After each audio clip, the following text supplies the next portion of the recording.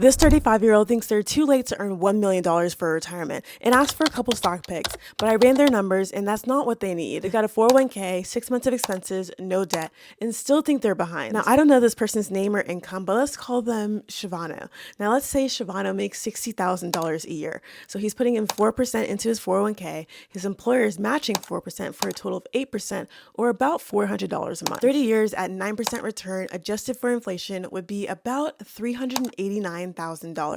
Pulling 4% a year using the 4% rule, that would be about $1,300 a month, which would be well short of the $4,000 a month he'd actually need to live off of. But now let's add a maxed out Roth IRA to the mix. So $7,500 a year or about $625 a month. And I'm presuming that because Shavana was able to build up a 6-month emergency fund, then whatever was being sent to the emergency fund could be sent to investments. With the Roth IRA added in, Shavana would land close to $1 million in today's dollars in retirement, which would be about $3,300 a month. So still short. The last piece would be to bump up the 401k contribution by 1% every year for the next 10 years. And that would get him to $1.3 million in today's dollars at a retirement age of 65. And that's about $4,400 a month. So before he picks a single stock, he needs to figure out 4 things. 1, figure out his retirement number and how much he needs to invest. 2, check what his 401k is invested in. 3, open up a Roth IRA this year and max it out by contributing $7,500 and putting all of that into a target date fund because he said he's more of a set it and forget it type of person. And 4, bump up the 401k percentage by 1% every year for the next 10 years.